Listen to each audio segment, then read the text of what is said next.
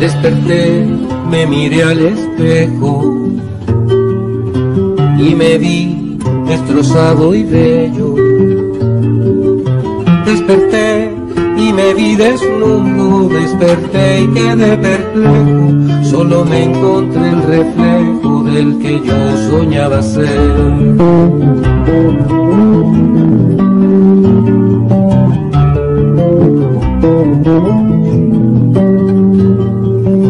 Desperté y al abrir los ojos descubrí que no estaba solo. Encontré a cientos de miles, a millones que marchaban, que cantaban y peleaban y empezaban a querer.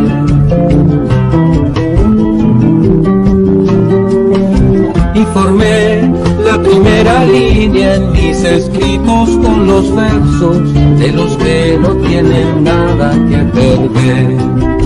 Más atrás se entonaban cantos que cantaban de victorias, de caídos, tuertos, ciegos, no les vamos a olvidar.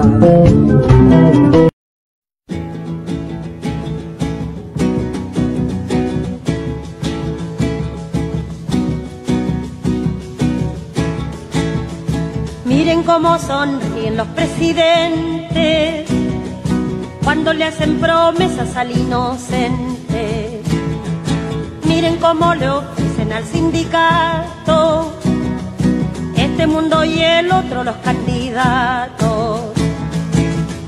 Miren cómo redoblan los juramentos, pero después del voto doble tormento.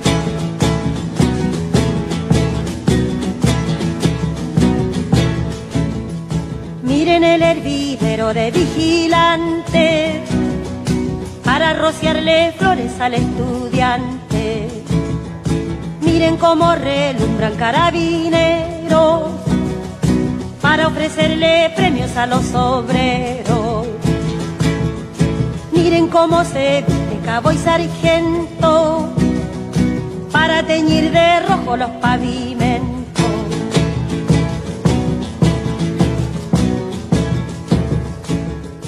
Miren cómo profanan la sacristía con pieles y sombreros de hipocresía. Miren cómo blanquearon mes de María y al pobre negrellaron la luz del día. Miren cómo le muestran una escopeta para quitarle al pobre su marraqueta.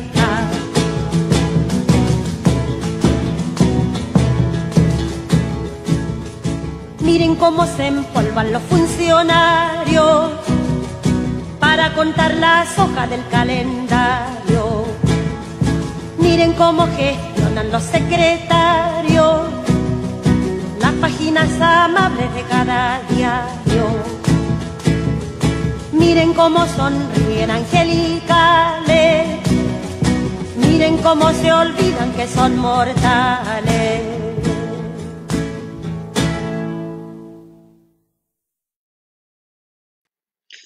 Hola, ¿qué tal? Muy buenas tardes, buenas noches o buenos días, dependiendo la hora y el lugar donde nos vean.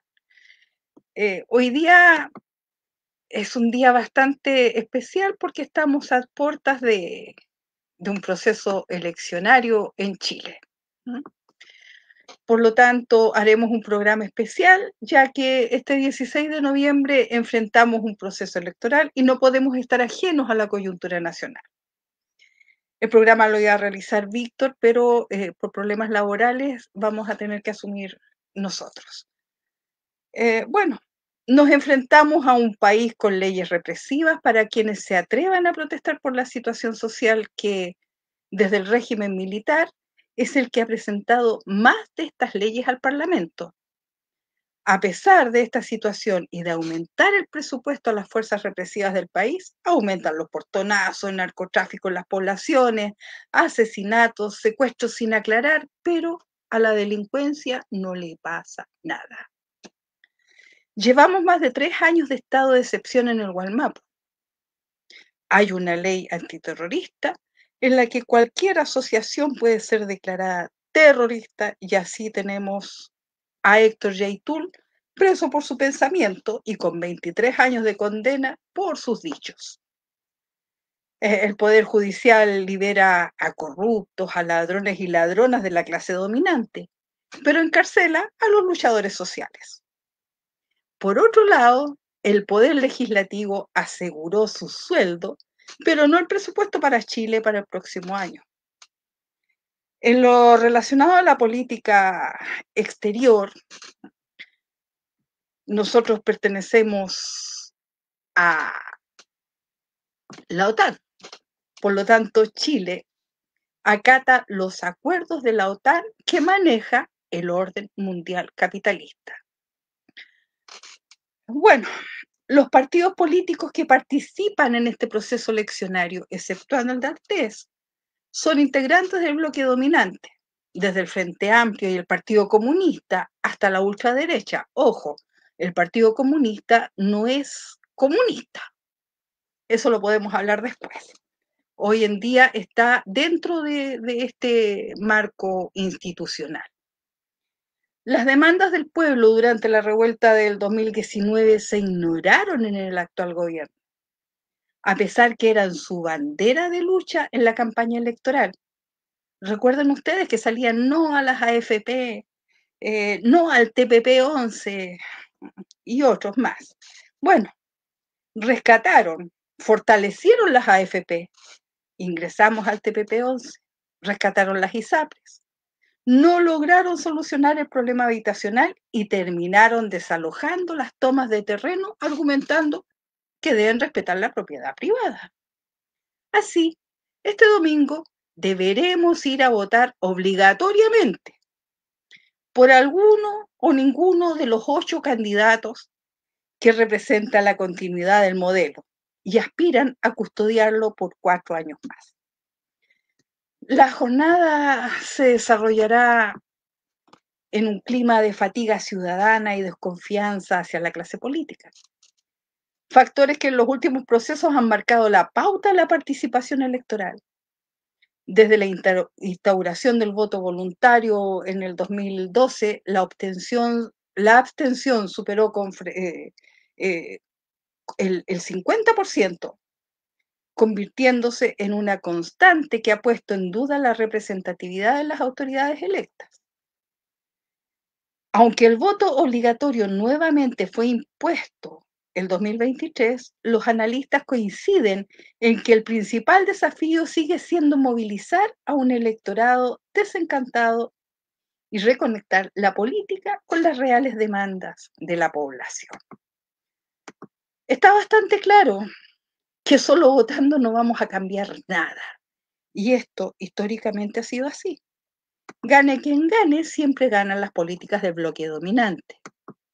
Y el bloque dominante es la derecha. Llevamos 35 años de gobiernos supuestamente democráticos que están muy contentos con el modelo económico que heredaron de la dictadura. Y ahora, más encima, están perfeccionando y aprobando nuevas leyes para reprimir al pueblo que se moviliza por sus derechos básicos. Pues bien, para profundizar este tema, a continuación conversaremos con el doctor en Ciencias Políticas, nuestro querido compañero Juan Carlos Gómez Leito. José, te doy el pase. Gracias, compañera. ¿Cómo está, compañero Juan Carlos? Buenas noches o buenas tardes. Buenas noches, buenas tardes a todos los que nos escuchan, especialmente a ustedes, a Marta y a José. Y gracias por la invitación. Y aquí conversaremos acerca de lo que ustedes están planteando, ¿cierto? Este proceso electoral del domingo 16 de noviembre próximo. Mira, recién Marta planteaba sobre el asunto de la cantidad de votantes reales que han participado en las elecciones del 2012 hacia adelante. Y salvo, digamos, la anterior, cuando se dio la disyuntiva entre Kast y Boric, o entre fascismo y comunismo, según las redes sociales, en que participó un 55% del padrón electoral. ¿Tú crees que en esta votación vaya a ocurrir lo mismo cuando se están planteando en las redes sociales que Jara representa al comunismo y Kass o Kaiser representan al fascismo? Bueno, en primer lugar tenemos que señalar que estas elecciones tienen una particularidad en relación a las elecciones presidenciales y parlamentarias de 2021. Porque en el 2021 todavía la sociedad chilena y el sistema político tenía un voto voluntario y hoy día tenemos un voto obligatorio. Y eso fue un cambio que se produjo después del 4 de septiembre del 22, cuando se hizo el primer plebiscito de salida con respecto al primer proceso constitucional del año 22, en la cual, cierto, se estableció el voto obligatorio y de ahí en adelante, que era una excepción, se consideró que era necesario volver a ese voto y se estableció el voto obligatorio y por lo tanto a partir de ese momento todos los procesos electorales que se han realizado en el país son, la ciudadanía tiene la obligación de ir a votar. El hecho de que se vote en forma obligatoria o voluntaria genera sin duda cambios y expectativas distintas en la población con respecto a los resultados que se pueden dar, ¿no? Cuando tú te mencionas que en el caso de la segunda vuelta del 21, cuando sale electo presidente Gabriel Boric, en esa oportunidad hubo un salto cualitativo en el número de participantes porque se pasó del 49, 50% al 55%. La pregunta es, como bien se plantea, ¿irán a ir hoy a votar mayoritariamente la gente? ¿Va a ir a participar mayoritariamente la población en esta elección? El dato que se nos arroja, el cierre de campañas realizado durante esta semana en distintos lugares del país, en diferentes ciudades, marca una clara diferencia con lo que era la expectativa, el entusiasmo, el interés electoral ciudadano.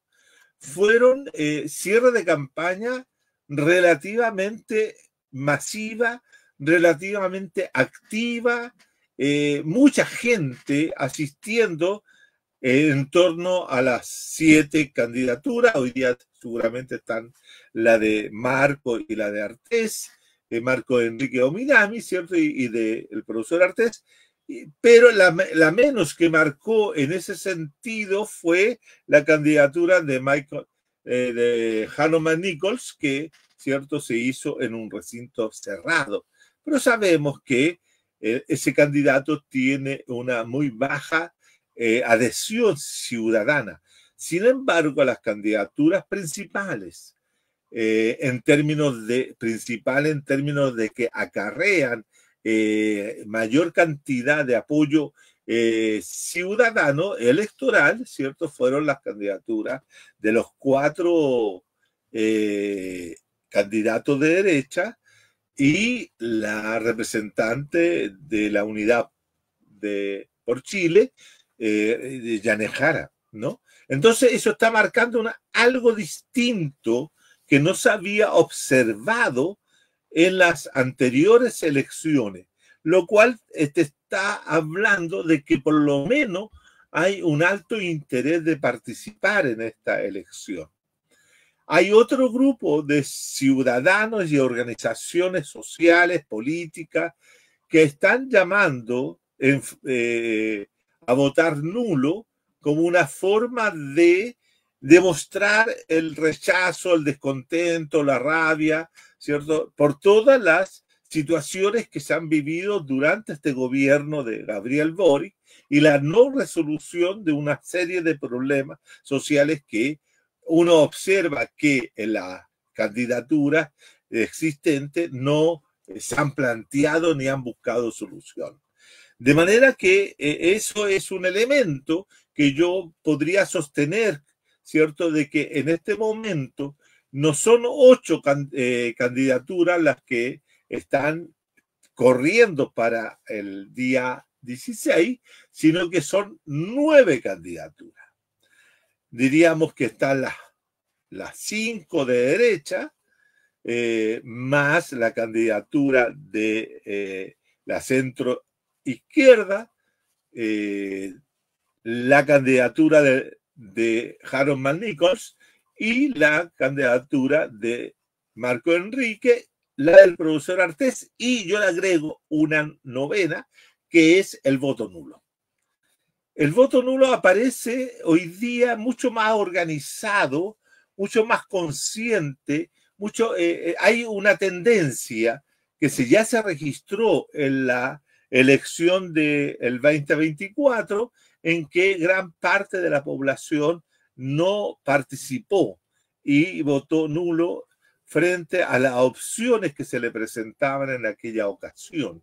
Entonces, hoy día también se plantea la posibilidad de que el voto nulo sea un voto de bronca, de rabia, de buscar deslegitimar con ese voto, ¿cierto?, nulo al proceso electoral. Ahora, para que el voto nulo sea significativo, que tenga fuerza, que marque, que diga algo más que decir, mire, la gente votó enojada, ese grupo de gente votó enojada, ¿cierto?, tiene que ser superior, yo diría, a un 25%, que se acerque a un 30%. Por lo tanto, que sea un voto que sea mayor, que le gane a todos los demás candidatos, a todos, a los 8, en ese sentido. Si un voto que sea menos del 20%, que llegue al 15%, al 13%, es un testimonio más de un sector descontento, pero no va a tener incidencia política, ¿no? Eso es lo que hay que tener claro. Ahora, la elección del 16 se nos presenta como una elección sin futuro. Por eso yo he denominado a esta conversación, ¿cierto?, como Chile, un país sin futuro y una eterna, un neoliberalismo eterno. ¿Por qué? Porque sacando del análisis, de alguna forma, ¿cierto?, a los 3 candidatos que tienen un porcentaje menor de adhesión ciudadana, o si ustedes lo quieren lo podemos incluir, pero no hace mayormente la diferencia. El único que hace la diferencia en términos de lo que yo voy a poner es el caso de el profesor Artés. El resto, todos son una versión del neoliberalismo. Y aquí voy a remontarme un poquito para atrás para hacer cómo se viene desarrollando esta situación. A partir del año 2000, 25 años atrás, se produce la primera vuelta, se produce la segunda vuelta en Chile. Es decir, por primera vez los candidatos que están disputando la presidencia no ganan en primera vuelta, sino que se produce una balotaje. Es decir, tienen que decidirse el presidente en una segunda vuelta. Y ese fue el caso de Ricardo Lagos y Joaquín Lavín, representante uno de la Concertación de Partidos por la Democracia y el otro representante de la derecha de la época, que era fundamentalmente los partidos Renovación Nacional y la Unión Demócrata Independiente. A partir de ese momento, todas las elecciones que se van a registrar hasta el 21 elecciones presidenciales se van a resolver en segunda vuelta. Y se van a resolver en segunda vuelta entre esos dos sectores, entre la de la centro izquierda representada por la Concertación o por la Nueva Mayoría o por, ¿cierto?, el Frente Amplio y el Partido Comunista, y apoyo de la ex Concertación y de la ex Nueva Mayoría y la derecha. Y la derecha. Pero en la última hay un dato distinto. La derecha de la última elección del 21 es una derecha de la extrema derecha. Es una derecha, comillas, nueva. Es la presencia de un nuevo partido de derecha, que es el Partido Republicano, que es un partido fundado por un líder carismático para el sector, como es José Antonio Kast, ex UDI, que se sale de la UDI, funda un partido y se presenta como candidato a la presidencia y logra pasar a una segunda vuelta.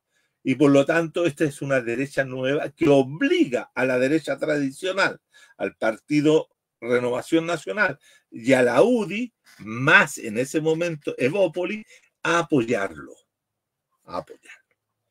Eso es un dato muy, muy significativo. La derecha experimenta un crecimiento como de organizaciones políticas.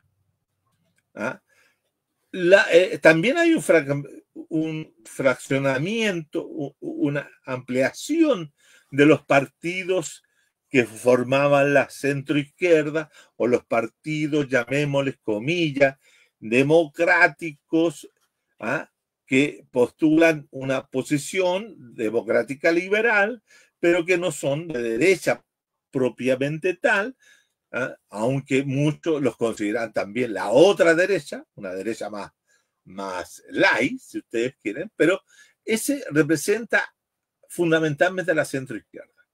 De manera que en Chile, lo que quiero llamar la atención, entre el 2000 y el 2021, la disputa siempre ha sido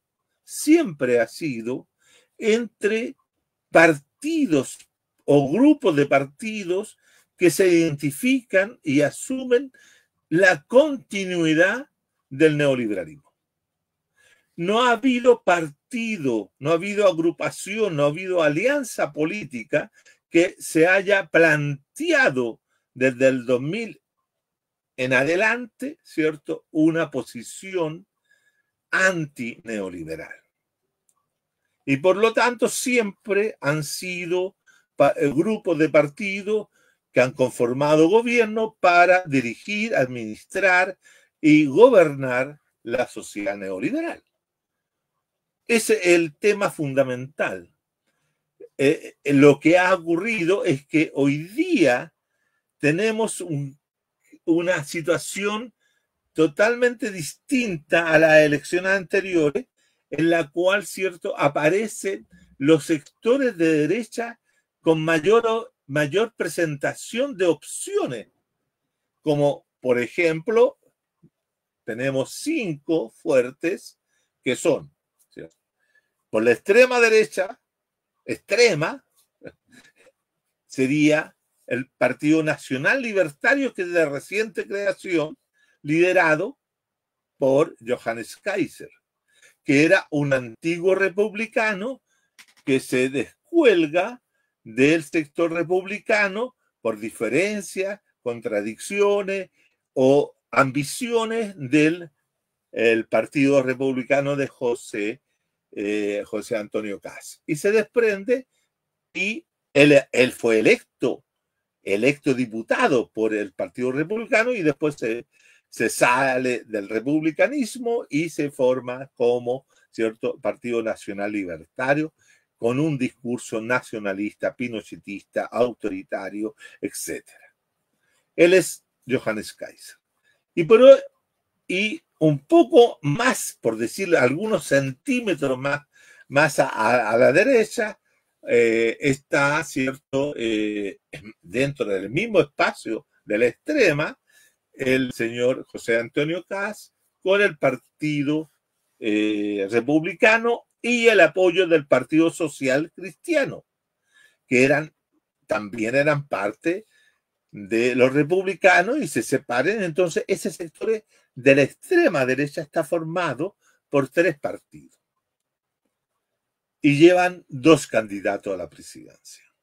Luego, ¿cierto?, se conforma este grupo de partidos de la derecha, comilla, tradicional, que son el Evópoli, que es Renovación Nacional, la UDI, más el agregado de los sectores que se desprendieron de la democracia cristiana, demócratas y amarillo.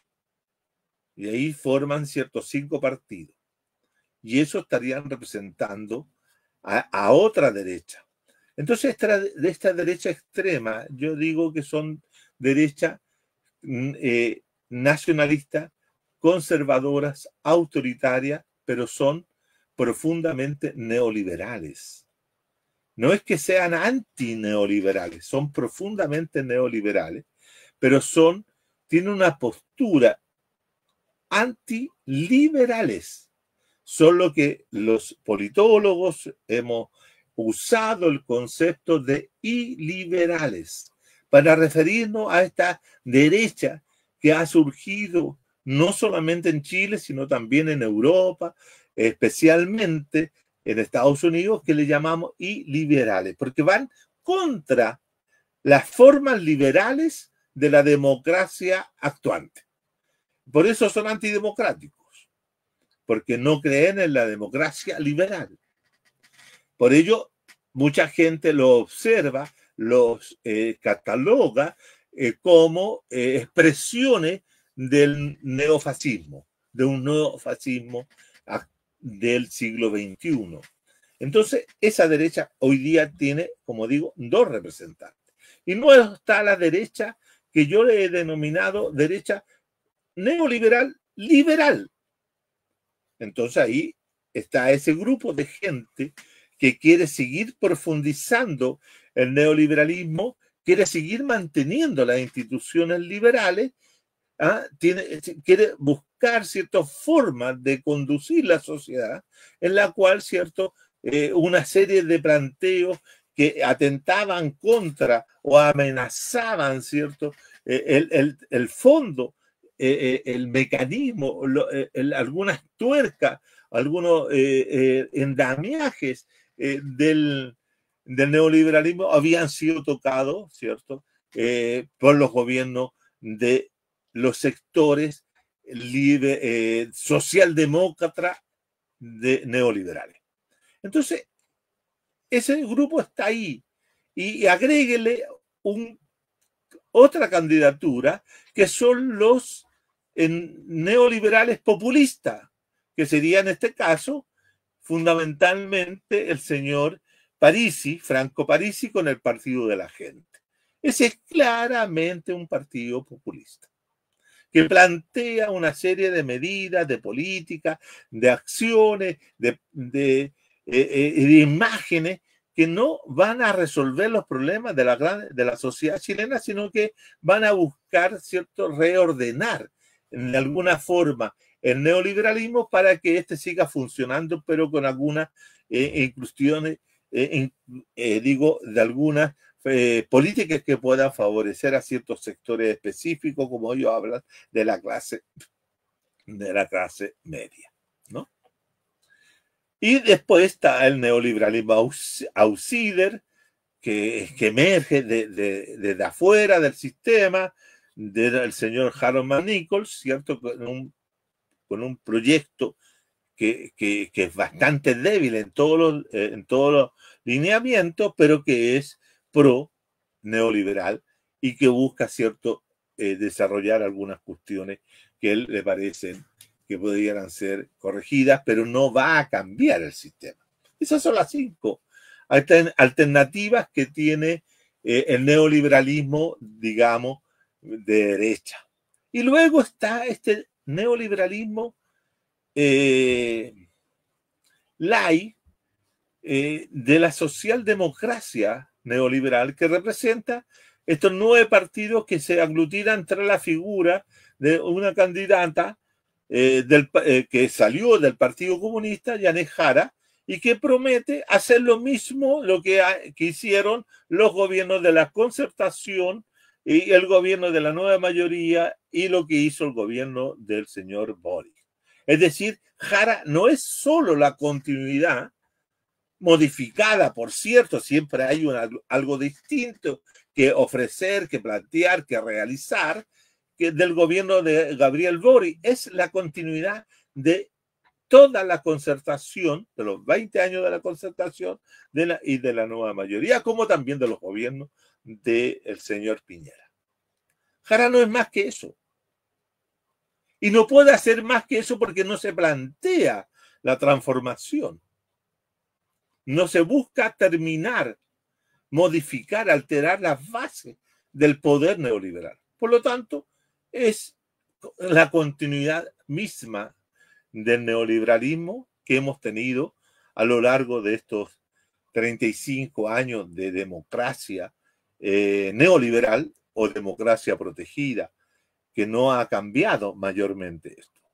Y luego tenemos el caso, ¿cierto?, de Marco Enrique Ominami, que es una experiencia personal, es una empresa personal su candidatura, y que Marco Enrique representó en un momento de la historia, una posición díscola, como él mismo se presentaba como un díscolo de la concertación, como un crítico de lo que había hecho la concertación y el Partido Socialista, y por lo tanto se presentó como la posibilidad de realizar un gobierno semejante, y él lo pensaba, y él también tenía como esa imagen de transformarse en Rafael Correa, como el expresidente de Ecuador. Ese era más o menos su proyecto. Bueno, el proyecto de Rafael Correa terminó siendo un proyecto totalmente fallido, finalmente, ¿no? Y bueno, también Marco apoyó a Fernández como parte del Grupo de Puebla en América Latina, y Fernández, el presidente argentino, también fue un presidente bastante fallido. Bueno, y así apoyó a Lula, y Lula es un presidente que ha girado hacia posiciones muy de derecha, más que de derecha, posiciones muy neoliberales.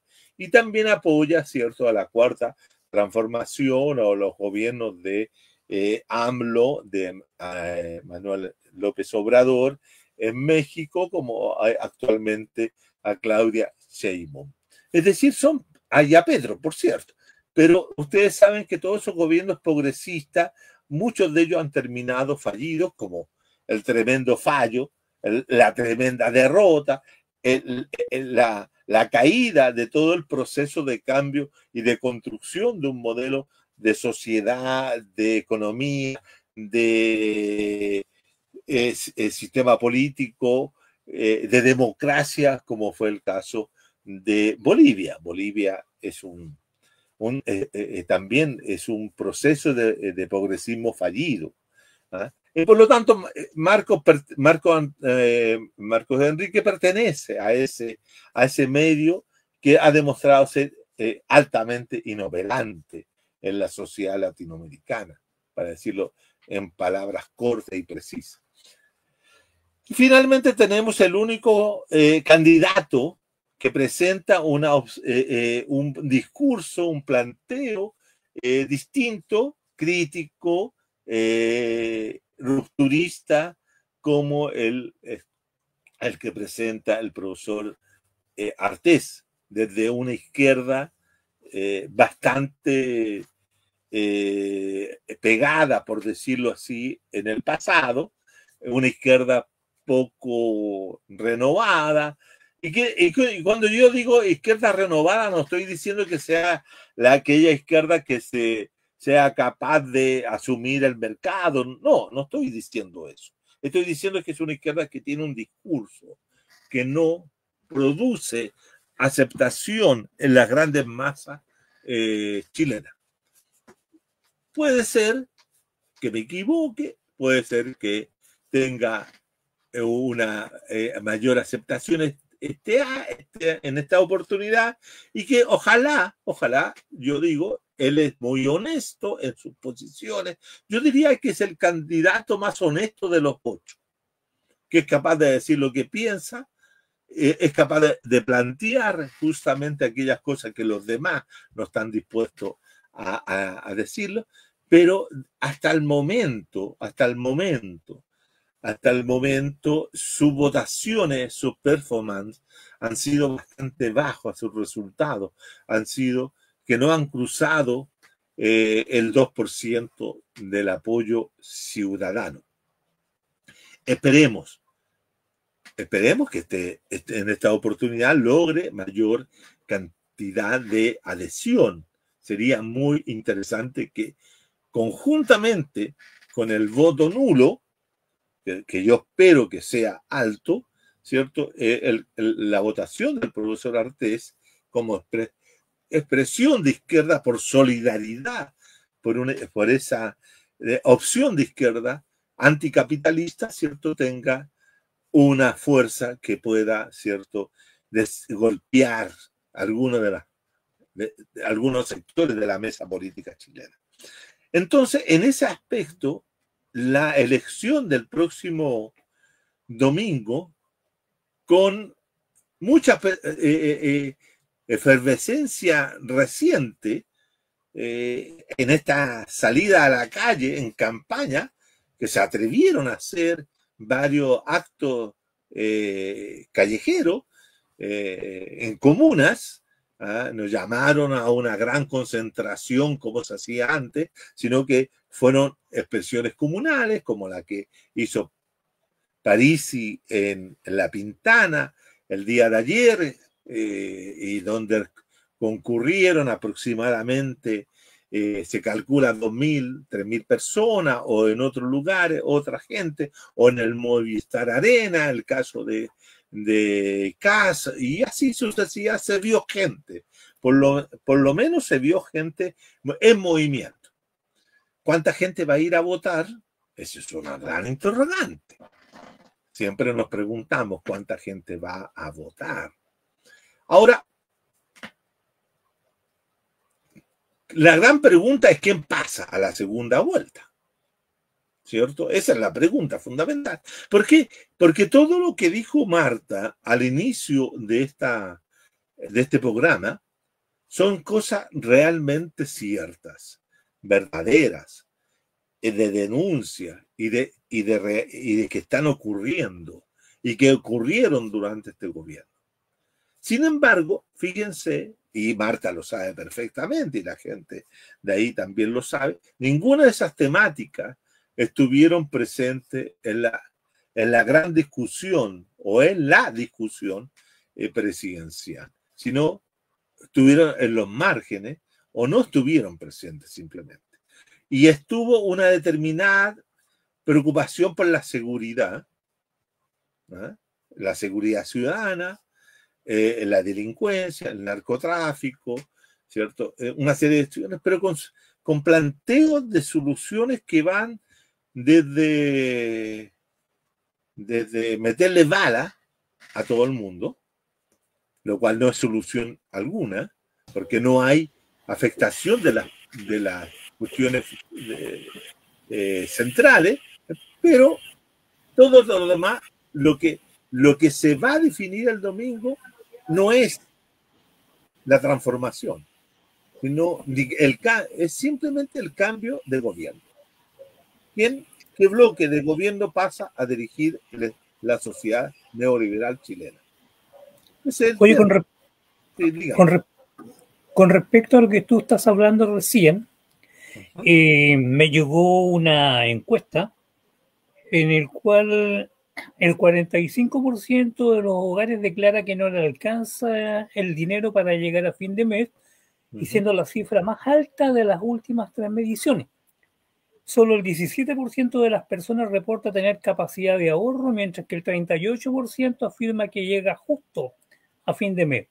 Sí. Ahora, otra de las preocupaciones de la gente es la inflación y la delincuencia, con un 40% y un 39%, y se posicionan como las principales preocupaciones de la ciudadanía.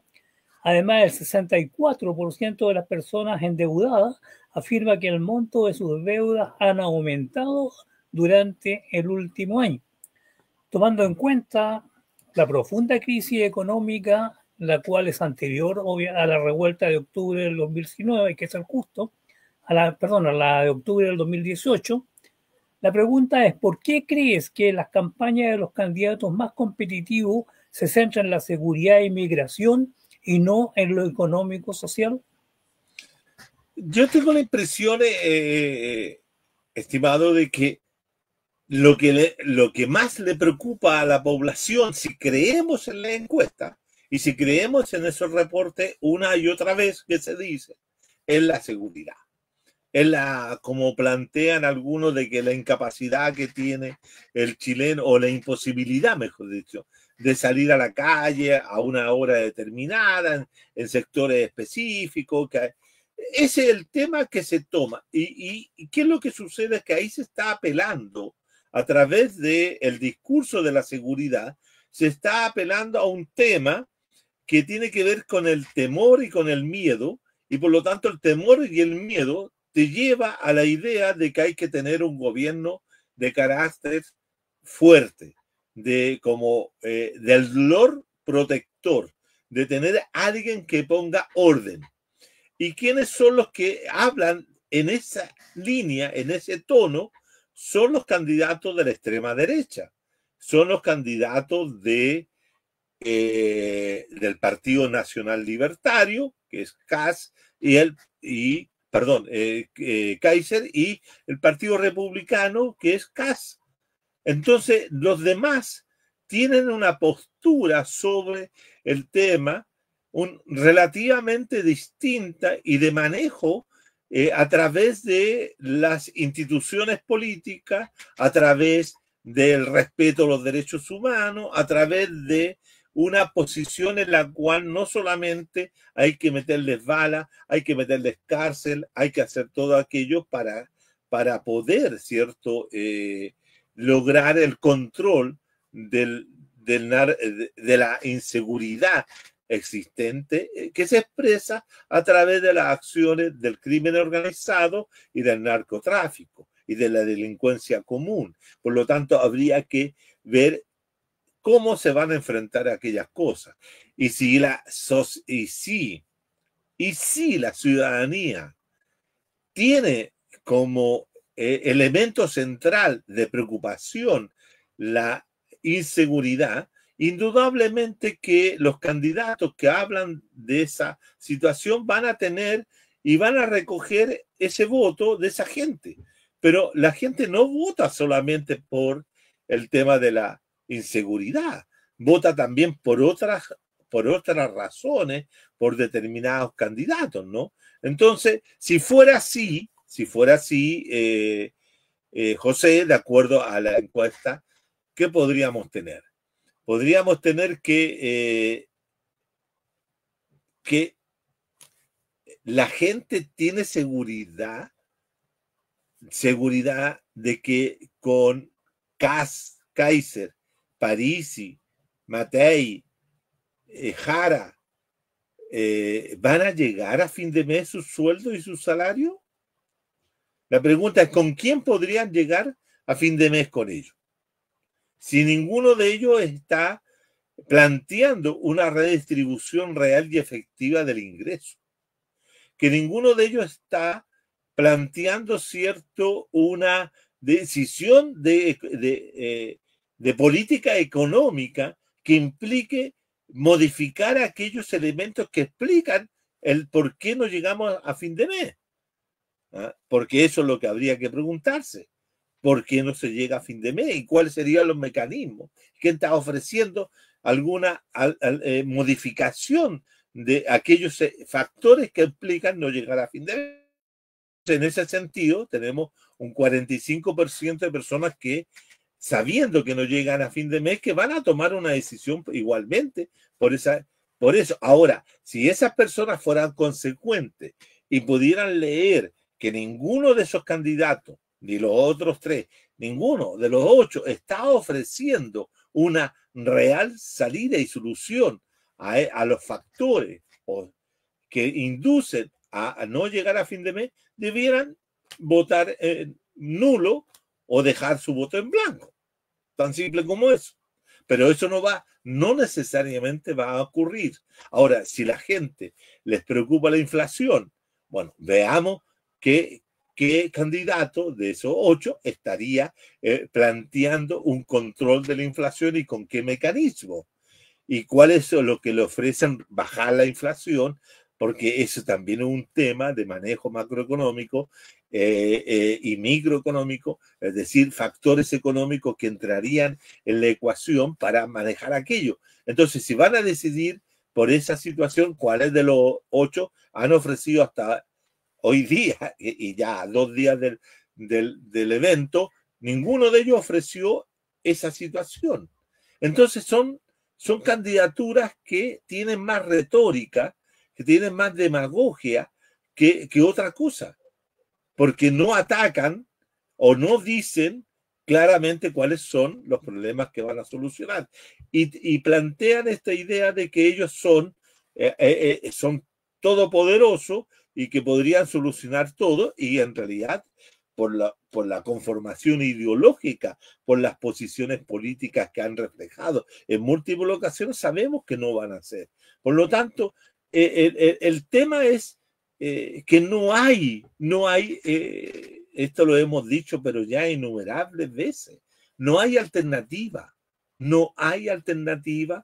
a las políticas sociales, a las políticas públicas, a la forma como se ha gobernado la sociedad chilena desde 1990 y reforzado a partir del año 2000 hasta ahora.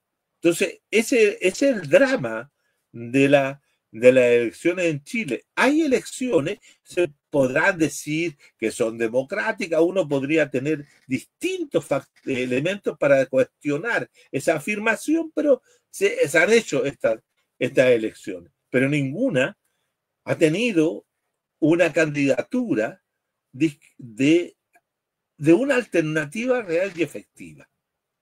Es decir, en otras palabras, lo que yo siempre he dicho en mis análisis en el último tiempo, en Chile no hay una alternativa de izquierda que sea antineoliberal,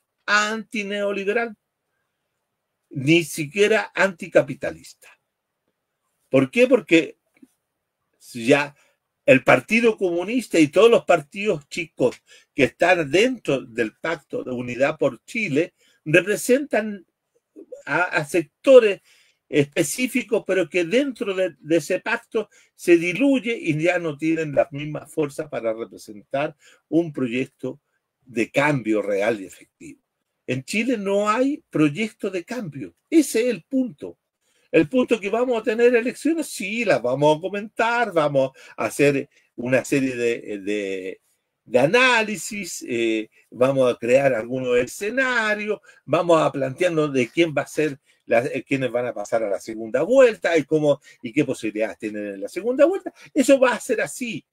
Pero efectivamente en la segunda vuelta, estimado, aunque gane el voto nulo, va a haber la confrontación entre un neoliberalismo socialdemócrata y un neoliberalismo de la extrema derecha. Eso van a ser dos neoliberalismos compitiendo. Entonces la pregunta, ¿cuál de los dos neoliberalismos nos sirve más? ¿O nos conviene más? ¿O hace menos daño a la sociedad chilena?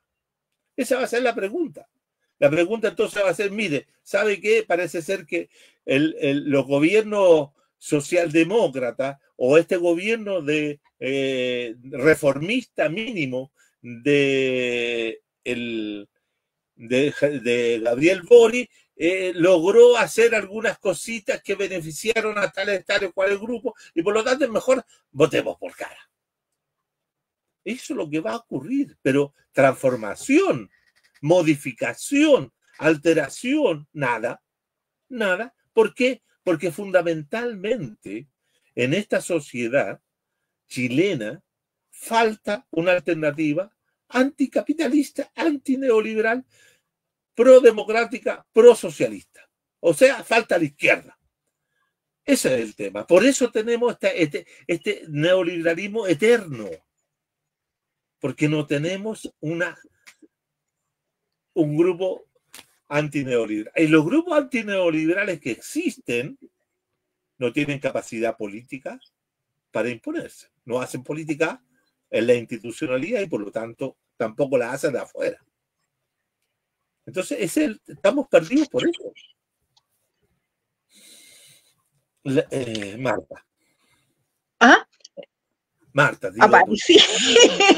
aparecí acá. Oye, sí, lo que tú estás diciendo, pero los dos grupos neoliberales no van a aportar absolutamente nada positivo para la clase trabajadora, porque fíjate tú que el gobierno de Boric, que era progresista, etcétera, etcétera, llevó a cabo el programa que planteaba Kast, con toda su parafernaria de ser progresista, el Frente Amplio junto al Partido Comunista, aceptaron, salvaron las AFP, aceptaron el TPP-11, avanzó todo lo que tiene que ver con la represión para la clase trabajadora, porque la represión va para quien alce la voz, no sí. Para el que hace cosas malas. Sí. Eso tenemos que aclararlo. A ver, pero mira, yo no he dicho lo contrario. Ahora, también hay que tener cuidado, Marta, porque eso también genera yo diría, confusiones, distorsiones. El tema central, el gobierno de Boric hizo un gobierno de reformas mínimas, fundamentalmente porque si estamos dentro de la cancha o dentro del sistema político en la cual ese grupo de partidos, el Frente Amplio y el Partido Comunista, quisieron participar, ¿cierto? Y ahí jugar, se encontraron de que no tenían ni correlaciones de fuerza para poder cambiar cosas. De ahí que asumieran el proyecto de Kast me parece un tanto excesivo como formulación, como argumentación, como planteo. ¿Por qué? Porque en el fondo... Lee el programa de Kast. Ve el programa de Kast, el de Boric. Kast se opuso permanentemente a la reforma previsional. Y eso es un elemento que está ahí, claro, y la reforma previsional, como bien dijiste tú al comienzo, generó fortalezas más que debilidades a la AFP, ¿ya? Y lo logró hacer algunas modificaciones marginales, pero no necesariamente fue una aplicación del gobierno. Me parece correcto decirlo en términos propagandísticos, de política de propaganda, pero no es correcto para el momento de hacer el análisis. El análisis no es, sino entonces casi sería que se vaya a abrazar con Boric, no. Entonces, eso se abrazan. Ahora, lo que yo digo que el tema central es que lo que tú dices, ya, supongamos, Marta, que lo que tú dices es correcto. Perfecto. Bueno, ¿dónde está la organización política que se levantó en los últimos 3 años para confrontar no solo a las políticas que desarrollaba el gobierno de Boric, sino también enfrentar hoy día a las posiciones, a los planteos, a lo que hace la extrema derecha? ¿Dónde está la organización? Ahí está el problema. Bueno, eso es lo que estoy diciendo. Ahí está el problema. El problema no es lo que hace la clase dominante y sus actores o sus títeres, si tú quieres, sino ¿qué capacidad han tenido la clase trabajadora, que tú dices, que ha sido golpeada, que ha sido perseguida, que ha sido, cierto, ha sufrido la represión, etcétera? Esa clase trabajadora, ¿por qué no ha logrado constituirse en un actor de poder que le permita, ¿cierto?, tener algo que decir en esta política electoral que hoy día va a tener, ¿cierto?, una nueva manifestación donde seguramente que gane quien gane, todos van a decir que fue una manifestación muy democrática, se reconoce la capacidad, ¿no? Y los otros van a estar mirando y diciendo, bueno, la democracia no es democracia porque le falta esto, porque le falta este otro, etcétera. Fíjate que hay una situación muy interesante que habría que plantearse. ¿Qué pasa con los resultados en el Parlamento? ¿Cuánto va a ser la distribución del Parlamento? Porque finalmente todas las leyes que tú señalaste al principio fueron leyes que fueron votadas en el Parlamento. Y en ese Parlamento hay muchos, yo diría los 155 diputados y diputadas, y los senadores son todos neoliberales. ¿Dónde están en ese espacio de representación, en ese espacio de manifestación de poder? Porque ahí se manifiesta la representación de aquellos que tienen poder. ¿Dónde está la representación de las clases trabajadoras? ¿Dónde está? Tampoco pueden llegar. ¿Ah? No pueden llegar. Es que, ¿Cómo va? Es que ¿Cómo eso... va? O sea, que no sea uno que esté cooptado por el poder, pero un trabajador... ¿Por qué no pueden llegar? Porque hay partidos que hoy día, en este mismo momento, partidos de izquierda, como el Partido de los Trabajadores Revolucionarios, como Igualdad y otros, el Partido Ecologista Verde o Popular, etcétera. Hay partidos hoy día que ahí en el pedacito que les dejaron dentro de la coalición, se identifican, o afuera de la coalición se identifican como de izquierda. ¿Estamos? Esos sectores, a mí que tienen un discurso semejante a lo que tú has planteado, vamos a ver cuál es el resultado que tienen. Porque el tema de la situación política que alguna vez tenemos que darnos cuenta es que el problema sustantivo, que si nosotros tenemos un discurso o tenemos planteamientos que son desde afuera, donde está la representación política, vamos a estar siempre diciendo muchas cosas y vamos a decir que nosotros estamos afuera porque no nos dejan estar. Bueno, lo mismo pasó en la vieja democracia, y la vieja democracia logró, ¿cierto? Independientemente de la opinión que tengamos del Partido Comunista, Partido Socialista y otros, que lograron estar dentro de ese hemiciclo, lograron estar y construir desde ahí poder. Y construyeron un poder que les permitió en 1970 llegar al gobierno. Después vinieron otros problemas, pero llegaron. Hoy día ni siquiera tenemos la construcción de una izquierda que tenga la capacidad de poder ir a disputar representación al interior del hemiciclo. ¿Por qué? Porque sería más fácil construir desde adentro que desde afuera. Entonces, la negación que se tiene en algunos grupos, de esa posibilidad, es lo que nos conduce también, no solo por la revolución pasiva, no solo por la hegemonía neoliberal, no solo, ¿cierto?, por la socialización y la neoliberalización de muchos, ¿cierto?, estar viviendo permanentemente en este eterno neoliberalismo. Entonces yo tengo la impresión de que frente a esta decisión de hacer política electoral, que yo diría que permite abrir espacio para llegar a otros lados. Entonces, por esa razón, vamos a tener el próximo domingo esta disputa entre entre estos 5 sectores del neoliberalismo, en la cual podría llegar a pasar uno de la extrema derecha y otro del Partido Social Democrático o la socialdemocracia neoliberal, que sería Jara.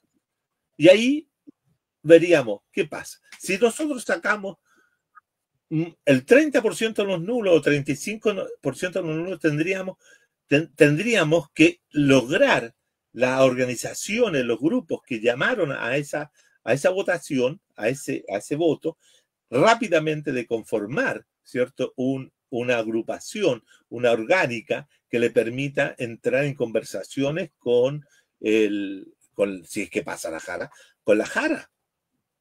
¿Para qué? Para decidir qué vamos a hacer. Porque si no, se va a perder. Lo mismo pasó, y no me pongan en el ejemplo de Bolivia, porque el Evo llamó a votar, sacó 19% del voto nulo y no sirvió para nada. No sirvió para nada. Entonces hay que proyectar para qué va a ser el voto nulo. ¿Para qué lo quiero yo llamar a la gente a votar nulo?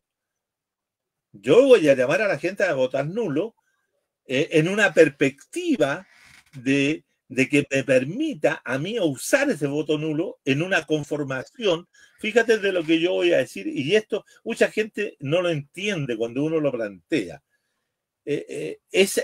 La primera vuelta es para elegir quiénes son los que van a pasar a ser, quién podrá ser presidente. La segunda vuelta hay que usarla desde la perspectiva de la que la han usado en algunos momentos en la historia política electoral los franceses. Es cómo se hace gobierno, cómo se conforma gobierno. Si tú tienes el 35% de los votos o 30% de los votos, tienes la posibilidad de conformar un gobierno que no se va a llamar gobierno de unidad nacional ni nada, pero tiene un gobierno popular, si tú quieres. Porque, ¿qué va a hacer? ¿Qué van a hacer? ¿Van a preferir darle el gobierno a la derecha? Seamos racionales en el ajedrez político. Seamos racionales en el juego político. Si el voto nulo llega a esas cantidades, habrá que negociar con la Jara o con la, digamos, con la unidad para poder llegar a conformar un gobierno. Y ahí poner en marcha toda una serie de cambios que se busca para que la gente pueda llegar a fin de mes, de ese 45% pueda llegar a fin de mes, que podamos controlar efectivamente el narcotráfico y iniciar un proceso de transformaciones radicales. O si no, yo lo veo difícil desde esa perspectiva. Y si lo digo al tiro.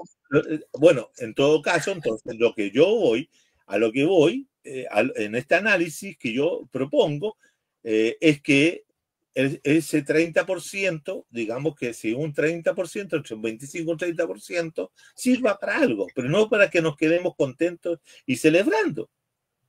Obvio. O sea, ese 25-30% que anula o que se abstiene debiera tener algún tipo de organización para que desde la base pueda transformar esto.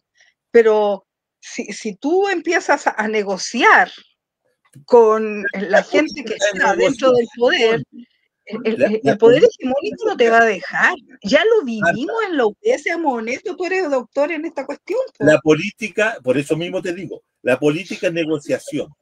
Y si tú no negocias entre actores, que son los que van a plantearse, no va a haber nunca ninguna posibilidad. No, entonces los que damos, voten nulo y esperamos. Bueno, hay un proyecto que está llamando a votar nulo y con una petición de 12 puntos. El problema es que no se ha masificado. Yo también pienso lo siguiente, que si tú estás en esa postura, yo tengo la impresión. Ahora, bueno, ese es el tema que hay como 8. Si gana el voto nulo, bien. Y si no gana, y si el voto nulo es mínimo, que eso significa, tenemos la otra lectura. Si el voto nulo es mínimo y la abstención también es mínima y la participación alta, significa que la población chilena está por optar por posiciones neoliberales. Y ahí uno se pregunta entonces, la gente quiere una de esas 5 o 6 alternativas neoliberales, no quiere otra. Es la ratificación de una manera distinta de lo que fue el 62% del 4 de septiembre. Entonces, eso es claro, la izquierda no institucional va a seguir quejándose y diciendo las mismas cosas que ha dicho durante los últimos 30 años y que no ha construido absolutamente nada. Esa es la realidad. Y las elecciones son parte de la realidad que nos duele porque no dan soluciones a los problemas. Yo, como tú sabes perfectamente, yo no he votado nunca en las elecciones de este sistema neoliberal. Nunca. No he elegido ninguna de estas autoridades que han estado. Siempre he estado fuera. ¿Por qué? Porque considero que no dan solución a nada. Pero no significa que no las pueda analizar lo que ocurra. Y también yo analizo lo que ocurre adentro y lo que ocurre en los márgenes. Entonces, cuando yo veo que los otros siempre están dando soluciones a los problemas del funcionamiento del neoliberalismo a través de la acción de lo que se ha llamado el neoliberalismo corregido o la reparación de las fallas, dando soluciones a aquello, yo digo, son más efectivos, son mucho más contundentes que los que están fuera, porque generan respuestas de la población, generan adhesión de la población. Entonces, yo miro lo que decía José, ¿cierto? De este 45% que no llega. O sea, hay un 55% que llega al fin de mes. O sea, uno debería pensar que ese 55% de ese sector, de esos 55% de ciudadanos y ciudadanas, ¿cierto? Fueron los que fueron a participar con la Jara, fueron a participar con Matei, fueron a participar con Parisi, fueron a participar. Y el otro 45% no participó, se fue a su casa. No es así, porque mucha gente que no llega a fin de mes va a votar por alguno de esos. Lo que pasa que esos son más astutos porque le hablan a eso y nosotros no somos astutos, o nosotros digo, la gente de izquierda no somos tan astutos para hablarle a esa gente. Por eso no tenemos respaldo. Entonces el problema de las elecciones no es un problema solo del sistema político, no es solamente la forma de dominación y hegemónica que se impone, sino también de quiénes son los que se le oponen y quiénes son los que tratan de modificar aquello. Lo que nosotros hemos observado, que ha habido un gran sector de población, 3 millones, 4 millones, 5 millones, 6 millones de personas que han decidido votar por sectores que mejoran algo el sistema. Lo que yo denomino, ¿cierto? En mi último libro, ¿cierto? El cambio mínimo. El reformismo mínimo. Están dispuestos a cambiar algo muy chiquitito. Y yo te aseguro que mucha gente está contenta por la modificación que hizo o logró el gobierno de Boris de modificar la PGU, de subirla de 224.000 pesos a 250.000. Ese sector está feliz por eso. Pero ¿saben que deben tener 82 años? Saben que tienen 82 años y saben que a partir del 1 de enero va a haber modificaciones para que entren otros grupos. Es que lo que pasa es que eso sí es cierto, hay una gradualidad, pero eso es una gradualidad que le va sirviendo a mucha gente y esa gente quiere. La gente, fíjate que el dato importante, la gente, para entender cómo funciona el electorado y cómo funciona el comportamiento electoral, mucha gente, si le dicen que Jara, le va a mantener aquello, o le dicen que Kass, Matei o Kaiser le van a quitar la PGU, ¿por quién creen tú que van a ir a votar? ¿Van a ir a votar por nulo o van a ir a votar por la Jara que les dice que les va a mantener el azul? Migajas, porque eso no les va a solucionar el problema. O sea, no piensan que son 10.000 pesos, 15.000 pesos, 20.000 pesos que les van a subir. Eso, ¿de qué forma influyen? Ya me vienen a decir acá que me calle. Influye, yo te voy a decir. Te dejo porque me vinieron a sacar. No, pero yo te voy a responder, influye mucho. La Fundación Sol, ¿cierto? Que es una fundación de izquierda, que no tiene nada de neoliberal y que es marxista, demostró efectivamente que para una persona, para los adultos mayores, que le cambien, que le agreguen 15 lucas, Marta, para ellos sí es efectivo porque eso significa que tienen un balón de gas más al mes. Entonces, cuando nosotros... De 5 litros. Cuando nosotros... 15 lucas no te alcanza ni para uno grande. Si yo no estoy defendiendo los cambios, estoy explicando el comportamiento electoral. Lo que pasa es que la gente que tiene postura como tú siempre piensa que uno está justificándolo. No, yo estoy explicando cómo funciona el electorado. Si tú le prometes a ese señor que le da, y ese señor ve que hoy día, cuando fue a buscar su pago, tenía 15.000 pesos más y que el mes pasado tenía otros 15, entonces él sabe que eso es efectivo. No le están diciendo, mire, espere, cuando nosotros hagamos la revolución, le vamos a entregar todos los balones de gas posibles. El viejito se va a morir esperando aquello.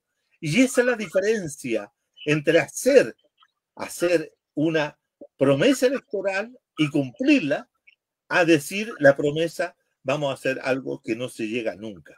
Entonces, cuando yo explico el movimiento, lo electoral, en este sistema, porque yo no vivo en otro sistema, vivo en este sistema. Y este es el sistema que funciona. Y por lo tanto, ese es el sistema que uno tiene que analizar y comprender cómo funciona y cómo podemos intervenirlo. Si de lo contrario, vamos a tener siempre la misma discusión que es bizantina, que no conduce a ninguna parte. Porque sí, es marginal, pero marginal para mucha gente que le fue suficiente, no fue suficiente, fue necesario. Yo lo veo aquí, yo vivo al interior de una población y ustedes lo ven también. Es cuestión de mirar un poquito más allá de la encuesta para darse cuenta de eso. Listo. Quedan un montón de incógnitas, de preguntas que después las voy a conversar en privado contigo porque me sacaron. Te censuraron, pues no es posible, José. No quieren viejas anarquistas acá. Ya. Es que no, ya, diga, no voy así. José, dígame usted para avanzar en otro punto. No te escucho. La última pregunta, porque ya estamos pasados en el tiempo. ¿Ya? ¿Cuánto crees tú que va a influir el voto migrante en estas elecciones, teniendo en cuenta que por primera vez, digamos, vamos a tener esa cantidad de gente que entró al país y la mayoría son venezolanos? Ya, mira, es interesante eso porque se ha hecho mucha especulación acerca del voto migrante. Hay muchos migrantes que no puede votar porque no tiene la residencia, porque no tiene la cédula, porque no tiene una serie de factores que hacen que ese migrante pueda votar. Hay migrantes que llevan muchos años en el país que sí pueden votar, y yo te aseguro que los migrantes venezolanos, dominicanos, colombianos u otros van a votar y van a distribuir su voto en los candidatos que están corriendo y que están participando. Y hay una conciencia que se ha ido instalando, una toma de conciencia que se ha ido instalando de que cuando le dicen que su hijo va a ser sacado de la sala cuna por ser migrante, ese migrante piensa dos veces por quién va a votar. Y eso sí ocurre. ¿Por qué? Porque los migrantes son, por decirlo para decirlo de una forma bien específica, son un grupo de pobres entre los pobres, porque hay una migración de sectores acomodados que se han colocado muy bien al interior de la sociedad chilena, pero hay una migración, José, de gente pobre, de migrantes pobres que son los que han ocupado casas, los que viven hacinados, ¿cierto? Los que viven en campamento, son gente pobre. Y cuando a ese migrante postula a la Junji o postula a un colegio, tiene los mismos derechos que tiene un niño de chileno, y las condiciones socioeconómicas de ese migrante lo sitúan siempre por sobre un chileno, porque no tiene las mismas condiciones el migrante. El migrante es un sujeto pobre. Yo no sé cuál es la idea de la migración, de que todos son ricos, que todos tienen muchos recursos, que viven acomodadamente en el país, y por eso van a votar por la derecha. No. Yo te lo hago por la siguiente razón, Juan Carlos. En Estados Unidos, digamos, muchos migrantes votaron por Trump sabiendo, digamos, lo que se les venía encima. Pero como estaban totalmente ideologizados, ¿ya? Prefirieron votar por Trump que por la candidata, digamos, que representaba a los demócratas. Entonces, ese es lo que puede también ocurrir en Chile. No, mira, yo he conversado con gente que es migrante y no tienen esa concepción. No tienen esa. Además, ¿cuántos serán? Son menos de 500.000. Irán a votar unos 200.000. Si son, o 100.000.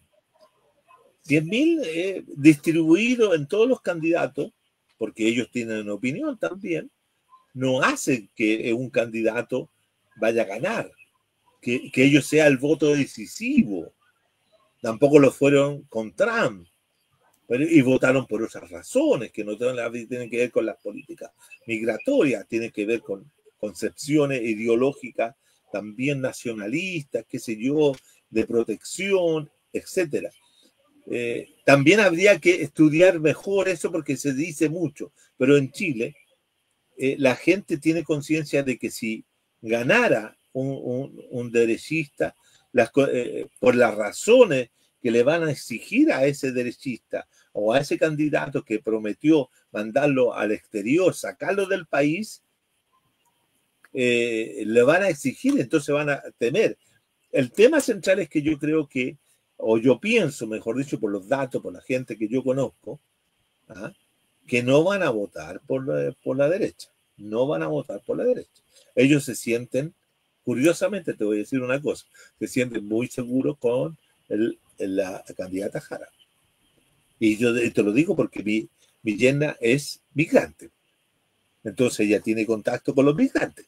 Y no estoy, entonces, claro, será muy personal lo que estoy diciendo, pero es un dato de que si la gente sabe y conversa es porque se va multiplicando la voz. Y eso es la situación. La situación es que no van a votar por la derecha. A lo más te aseguro que pueden votar por Matei. Y Matei no es lo mismo, en algunos aspectos, no es lo mismo que Kass o Kaiser. Hay diferencia entre ellos.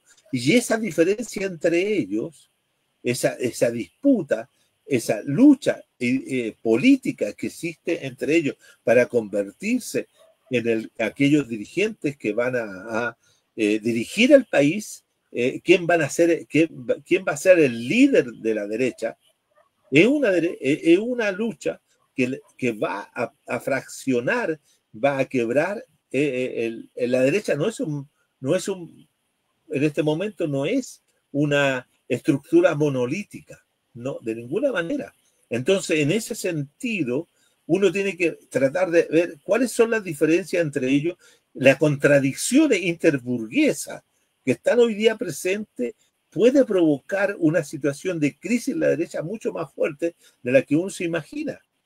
El resentimiento que va a quedar en los sectores de esa derecha, que va a ser muy fuerte, y muchos van a evitar ir a votar por la derecha dura.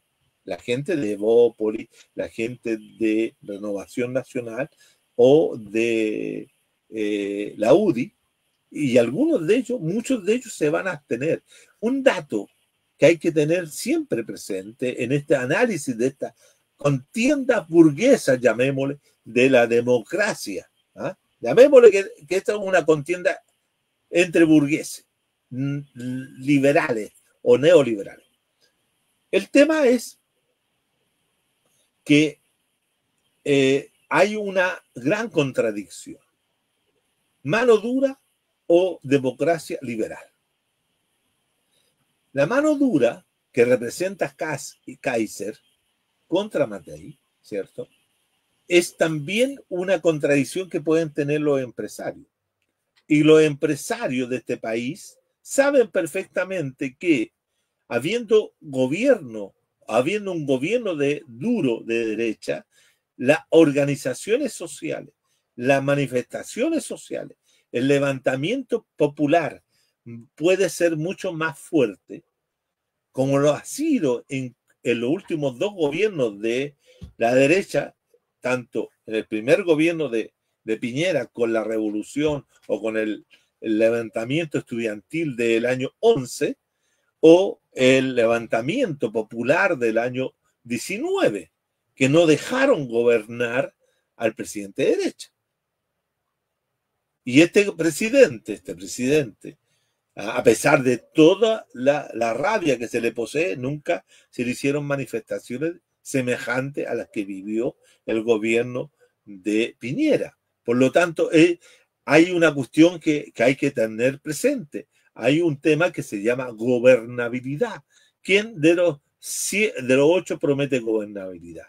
La persona que promete más gobernabilidad o niveles de gobernabilidad son esencialmente para desarrollar negocios, para desarrollar el comercio, para lograr el crecimiento, etcétera. Son justamente Matei por la derecha y Jara en ese aspecto. En ese sentido, la burguesía tiene hoy día, la burguesía mediana, la burguesía pequeña y la gran burguesía tiene un dilema que tiene que resolver a cuál de las 4 o de las 3, Kass, Kaiser o Matei, le dan el apoyo. Es un problema interburgués que puede ser muy favorable para la candidatura de Janez Jara, porque eso le permitiría, ¿cierto?, aprovechar la división, como fue aprovechada la división por el gobierno de Boric en las elecciones del año 24, cuando la derecha se presentó y compitió dividida y perdió muchas de las gobernaturas, de la alcaldía o de concejales o de consejeros, perdió esos candidatos fundamentalmente por la división. La división favorece hoy día a la candidatura de Janez Jara. En ese sentido, ¿no? En el aspecto interno de la interburguesa, en este momento es eso. Hay otra cosa. Los de derecha siempre requieren algo que es fundamental en el proceso electoral. Requieren el apoyo de la clase media y requieren el apoyo de segmentos importantes de los sectores populares. Entonces, si uno dice, si los sectores populares en su gran medida, en su gran dimensión, deciden ir a votar nulo, siguiendo estos llamamientos de los sectores ideológicos cercanos a ellos, ya le están restando voto popular a las candidaturas de los otros. Entonces, y si la clase media decide apoyar a Parisi, porque le habla a la clase media y la clase media baja, le vota por ello, y sectores de la clase media consideran que es mejor tener también a la Matei, eso va a generar, ¿cierto?, que el Kass y Kaiser no tengan base, que solamente tengan base de los sectores altos. Fíjate que hay un dato que nadie lo dice, en estos análisis, ¿no? Por ejemplo, que el Partido Republicano, después del éxito que tuvo para sacar consejeros para la última constitución, posteriormente no ha tenido no tuvo éxito electoral, porque en la comuna de Santiago, de las comunas de la región metropolitana, el Partido Republicano tiene un solo alcalde. Un solo alcalde. ¿Dónde? Que es una comuna pequeña de clase media popular. Nada más, donde está el famoso estadio de los Colo-Colo. Los colocolinos. Ahí, en esa comuna es un solo alcalde. Entonces, eso también nos dice de que en sectores populares, el republicanismo o el Partido Republicano no tiene esos votos necesarios para que quizás pueda llegar a ser presidente. Oye, puede pasar a la segunda vuelta como pasó la vez anterior, pero la posibilidad de que gane tendría que haber una unidad férrea de la derecha.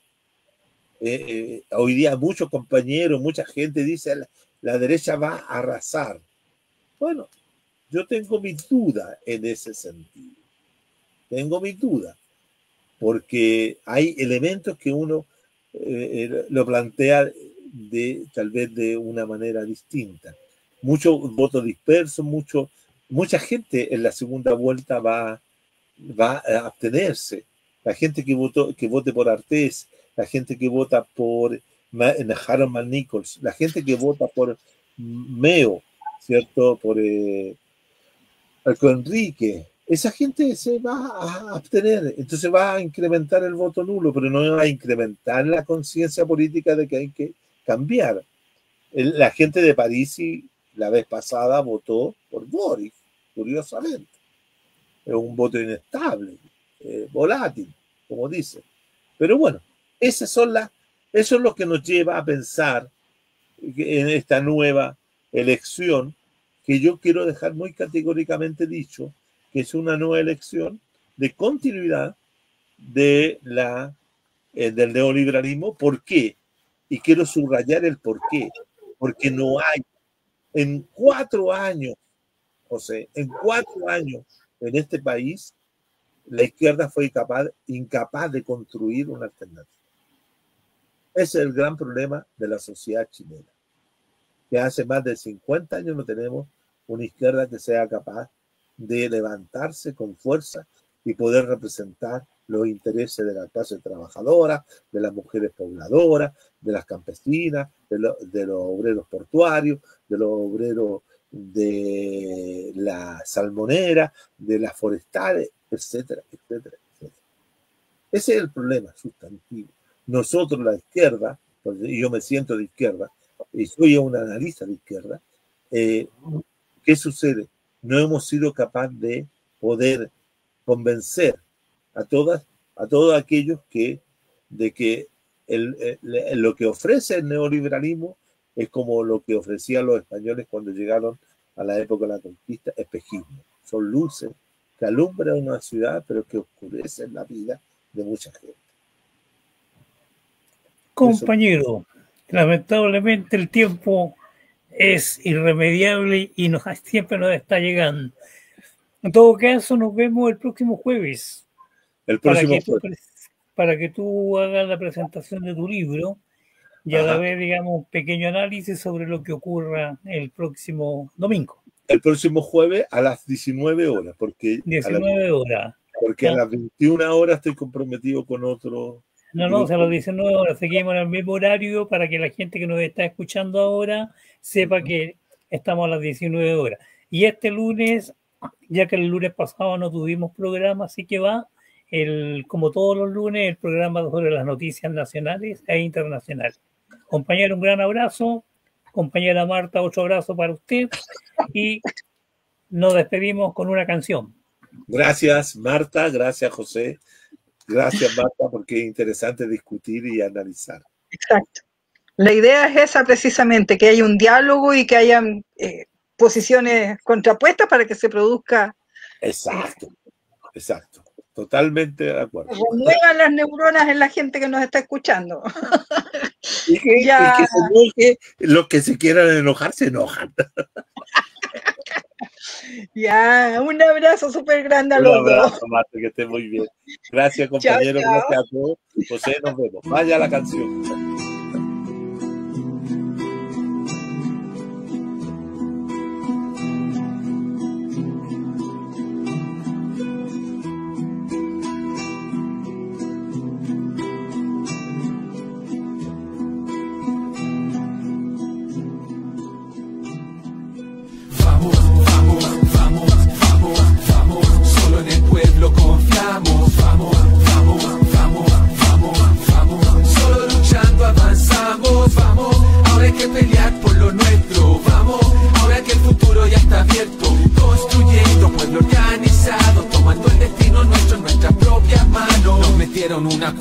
CTM, un acuerdo truqueros en ese 15N. Se sentaron en la mesa con los asesinos y firmaron con la sangre de nuestros vecinos. La jugada está más que clara y está para dividirnos, meternos la cuña, confundirnos, desmovilizarnos y engrupirnos otra vez, porque saben lo que millones en la calle pueden hacer, pero nadie va a vencerlo, no se van a vencer solos. Por eso hay que convencernos que esto nos toca a nosotros y somos todo lo que tenemos, todo lo que necesitamos, todo lo que nos merecemos y todo lo que siempre soñamos. Así que vamos, con la fuerza de esos cabros que saltaron torniquetes y de piquetes arrancaron, nos llamaron una y otra vez hasta que despertamos, y como si cada uno fuera hijo nuestro, los apañamos.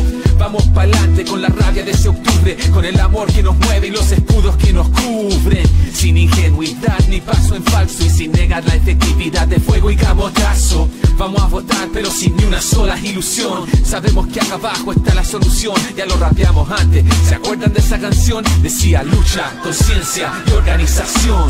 Vamos, vamos, vamos, vamos, vamos, solo en el pueblo confiamos. Vamos, vamos, vamos, vamos, vamos, solo luchando avanzamos. Vamos, ahora hay que pelear por lo nuestro. Vamos, ahora que el futuro ya está abierto, construyendo pueblo organizado, tomando el destino nuestro en nuestra propia mano. Ese acuerdo no es nuestro, nadie acá lo firmó. Queríamos asamblea sin ninguna limitación, soberana, que decidiera todo lo que quiera, sin letra chica y que la ley la reescribiera entera. De esta traición solo salimos luchando, los políticos de siempre hay que echarlos cagando. Lo que ganamos lo hemos ganado en la calle, y si nunca la soltamos no nos va a parar nadie. Saben que ya cambiamos, que abrimos los ojos y nos encontramos.